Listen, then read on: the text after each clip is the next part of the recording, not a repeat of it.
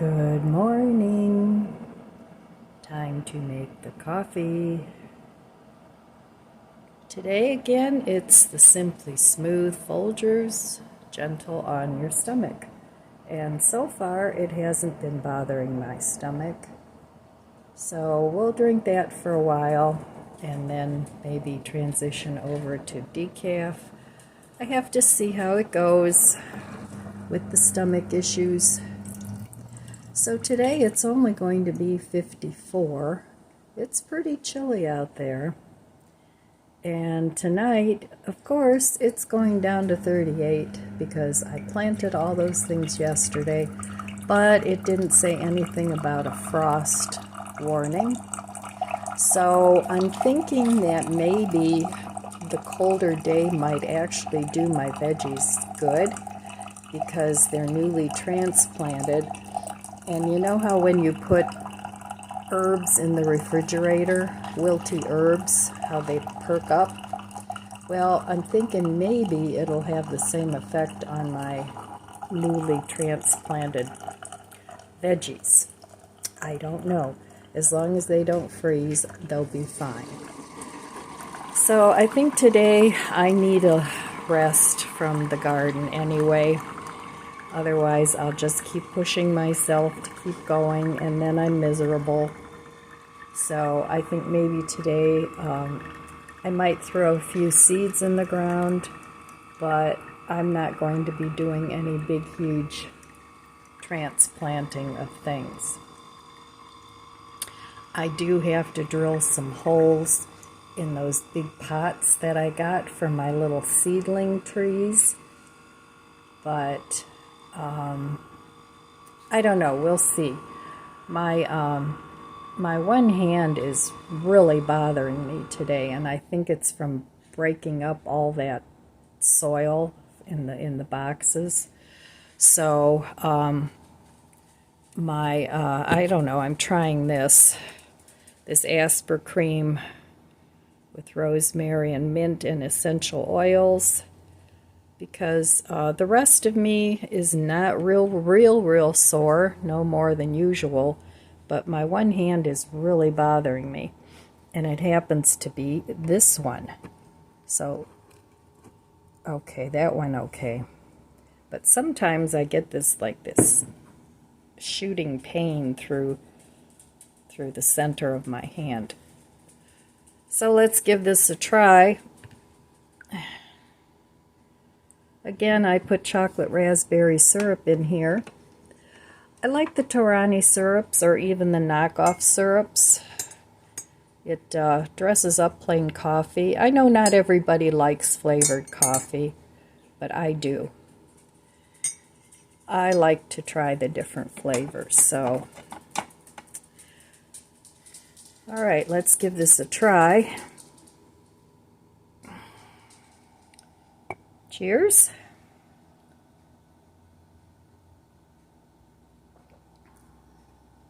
I think that's good. Part of the appeal of coffee is not only the taste, but the smell. And this smells very much like chocolates and raspberries. So I think I found a new way to recreate one of my favorite coffees. So I've got a lot of laundry to do and just cleaning up in here. So maybe I'll do that today. And tomorrow, little Lizzie goes for a haircut. She's a hot mess. And Friday, Bandit goes for a haircut. And that's always a fiasco getting them in and out the door because they all want to go. They don't like to be separated. They've been together in this house for going on 9 years, so, you know, they're definitely all bonded. So, and they're bonded to me, and I'm bonded to them. Sometimes your best friend really is your dog. But in my case, I'm fortunate because my daughter is my best friend. My other best friend lives right next door. My mother is my best friend. So I'm very blessed. And that's really all I need. I have other friends too that I go out with for coffee once in a while, or we'll meet for lunch, and that's always nice. But there's nothing like your best friends. They've been with you through thick and thin, especially if they're family. And they know you better than anybody else. So again, yesterday I got so excited about the gardening and the nice day that I totally forgot my budget book. Oh, like I said, I've been spending money and it's not fun always putting red X's on my budget book. But I think I'm pretty much there in as far as what I need for the garden. I probably have to get a few more soil amendments, and I may have to get some more soil to fill up those big pots for my trees.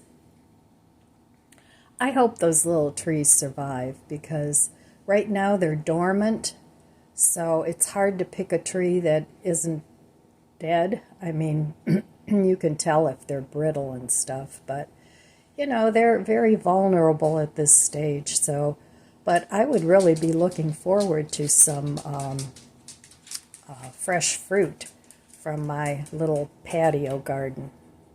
And that's really what it is. It's a patio garden. So anyway, today I will meet you at the budget book. Hopefully, I don't forget. And I'm going to enjoy my coffee, and I'll see you in a little bit. Okay, here we are back at the budget book. So, Monday, I did spend money. So, I went out to breakfast with a friend, and I did get a couple of things for the garden. I went to Tractor Supply and got my little trees. So I did spend quite a bit of money on Monday. But Tuesday, I stayed home and I didn't spend any money. So it's coming along. I know lots of red X's there, but there's lots of green check marks too. So I don't foresee me buying a whole lot of plants anymore. I think I might have to get a half flat of, not zinnias, marigolds. Because I used up all the marigolds except for a couple of them, and I need some for my front yard. So this year, like I said, I'm keeping it simple with the flowers, just buying basic flowers, not buying any expensive flowers. The most I spent on flowers, I did buy 3 hanging baskets. The fuchsia, that was $13, and then I think Aldi's had, I think they were like $9.99, 2 hanging baskets for my front porch, which I want to redo into the baskets that I usually hang out there. But I'm thinking that I might want to paint those blue because my shutters are going to be blue this year. I have my handyman coming over, and he's going to paint those shutters for me. And but so either Thursday or Friday, I'm going to have to go to Home Depot and have them mix up a quart of the color that I want. So I think I'm going to do that, but I'm not sure yet what I'm going to do. Like I said, I have to concentrate on one thing at a time, and right now it's my patio garden, and then I'll move on to my front. I'm not planting a whole lot. I have a window box and some pots out there that I like to plant up and make it look nice, but I'm not spending a whole lot of money on the more expensive plants. So we'll see how it works out this year, and then I'm hoping that next year that I can do some of my own flowers, but we'll see. We'll see how that goes too. I mean, I don't want a ton of flowers growing here in the house, but I might try and winter sow some of the basic flowers and see how that works out. You know, gardening, that's one of the things I like about gardening. It's like a big experiment. Every year is different.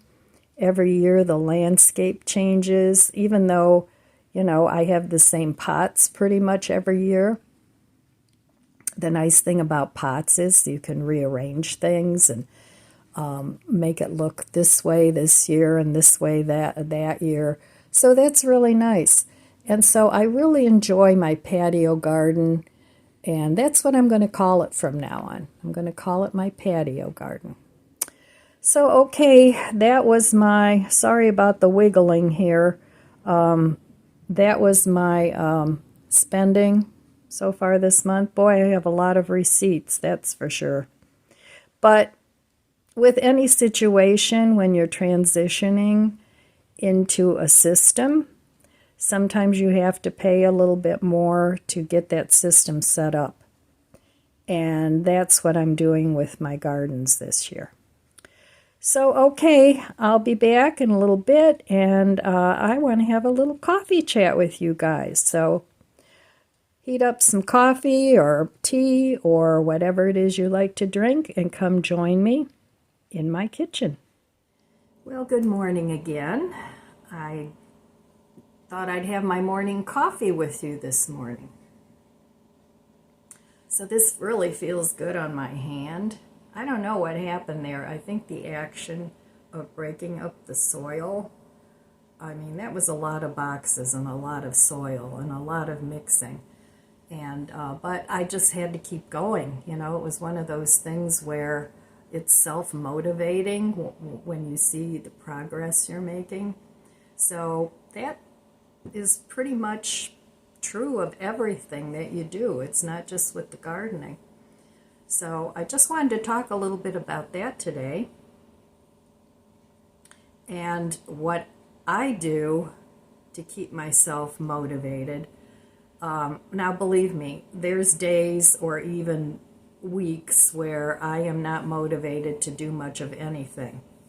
But a lot of times once I get started, that's pretty much one of the hardest steps, is just getting in there and doing something. It goes on a roll. Like I said, it's self-motivating a lot of times. And there's a lot of times where I literally have to drag myself through a task. But I find that what I do, especially if I'm doing a task that I don't want to do, I am super easily distracted. You know, I'll be doing the task and then I look around and then it's like, oh, that needs to be done. And it's like, I'm really not feeling it with this one, so I'll go do that. And then it just goes on that way. And then you have all these things that are left undone. So I really have to make an effort to concentrate on one thing at a time. Because I'm sitting here this morning thinking, well, you know, what do I still have to do in the garden? And I still have to plant my little trees. I still have to put some seeds in. I have to do my front containers because I still have flowers left. They need to go in the front. And then my mind starts spinning out of control with all this stuff going round and round what I have to do. So then I have to sit down and I have to make myself a list, and that helps. For me anyway, writing things down on a list truly helps. And it's like, all right, now, Ellen, which one is the most important? Sometimes, you know, you have several things that are all equally important, and then you just kind of have to choose, okay, who gets my attention today? Can I get these things done in a week or a few days without any harm to the tasks that are getting left behind? So that's how I have to get through things when I have just way too much to do. And this time of the year, it's a very busy time of the year because of the garden, and also because you are sort of under a time crunch. You know, there's certain vegetables and things that they have like a window of opportunity where, okay, you got to get these in the ground because it takes so many days to maturity, and October 15th, I think, is our first frost date. So you have only so many days to get your seeds or your starts in the ground before the weather starts to turn, and then you miss the opportunity. So that needs to be prioritized too. So the same thing, okay, let me take my horrendous garage as an example. I have a lot of gardening things out there, and it's all kind of helter-skelter right now because, my bad, I didn't really organize things in the fall when I brought everything in. I don't know what else I had going. I know I probably had something going because I usually do organize it. But then in the spring, if it's not organized, I can't find my anything. You know, where's this? Where's that? And I know I have it. It's not like I just imagined it, but I just can't find it. So then what happens is you go out and you have to buy it again because you have no idea where it is. And like I said, especially with a garden, you're on a time crunch. So it's like, oh, I'll just buy something new and then I'll use what I had this year. I'll use it next year. So it does get used up. It's not like it's, you know, wasted. But organizing things and keeping things organized makes your life so much easier, especially if you have a lot of things, you know. And I've talked about this before. I've been retired now about 10 years. And before I retired, I knew money was going to be tight. And actually, my income is a third to a half of what it was when I worked. So, you know, it was an adjustment period, but I've been managing to get through for the past, 10 years. Now, at the time when I retired, I was married. I was married to Tom. And so that enabled me to retire early, and I paid him to be on his medical insurance because he had 2 kids that were on a family plan. So I was very blessed that I could do that and still have health insurance because, of course, you can't get on Medicare until you're 65. So that worked out okay. The marriage didn't, but, the health insurance worked out great. So because I was married at the time, I figured things would work out just fine because the income I was getting was plenty. There were 2 of us. So I figured we'd be married until the end. I really did, but it didn't work out that way. So, but then when the marriage ended, I was on my own with like a third of the income that I had initially, and that was not the plan. The plan was we're married, we'll share the expenses of the house, and we'll both be fine. So, and of course, he had a totally different income than what I had. He had worked at the same company for, 20 some years. So he was fine, but my income was very low. And one of the reasons I retired early was because I could at the time, because I figured we'd be fine. We'd have 2 incomes. And, we could travel. We could do whatever we wanted. We would have had plenty of money. But, you know, sometimes fate steps in and things happen, and it just doesn't work out according to plan. So, okay, plan B, I have to figure out how I'm going to live here and still be able to pay my bills and go on from there.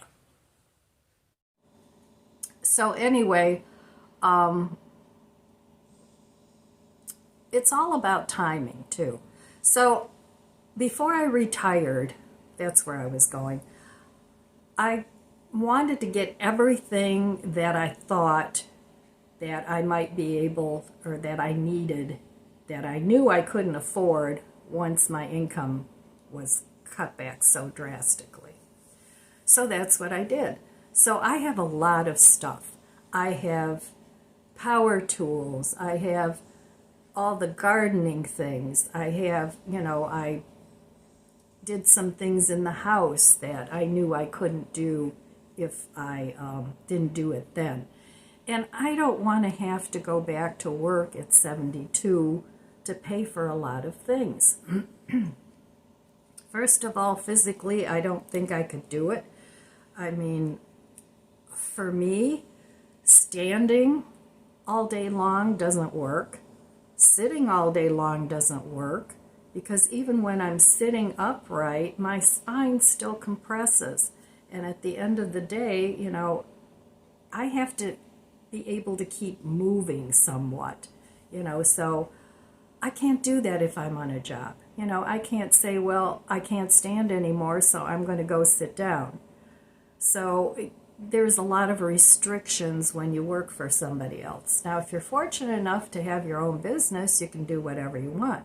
But even then, you're under certain obligations. If you have customers, you know, you have to go with what you need to do, or you're not going to have a business very long. So it gets complicated. But anyway, that whole big long story was just for I have to focus on a certain task and just force myself to get it done. So, and what doesn't get done, well, that, you know, it's like, well, okay, then you can't do that anymore, or you don't want to do that anymore. If you wanted to do it, you would do it. So it must not be that important. So it's something that I probably could let go of. So I just wanted to talk a little bit about that. And how do you guys deal with things when you have a lot to do? Do you write things down? Do you just kind of go with it? Do you just not finish anything? Or do you have a lot of tasks that are waiting for you, which causes me stress? If I have a lot of things that are screaming at me, do me, it causes me stress. And one thing I don't want in my retirement is stress. I want a peaceful and calm and simple. That's my goal. Peaceful, calm, and simple. And I know that isn't always realistic. There's things that come up. But for the most part, I want slow living, simple living. I think that's wonderful. And time to do the things that I want to do. So, okay, I'm going to get to it, have some breakfast, and I'll be back a little later. So, all right, my friends, that's all I have for you today.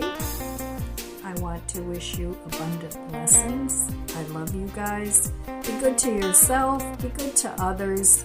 God bless you. And I'll see you next time. If you enjoyed this video, please subscribe, comment, and like.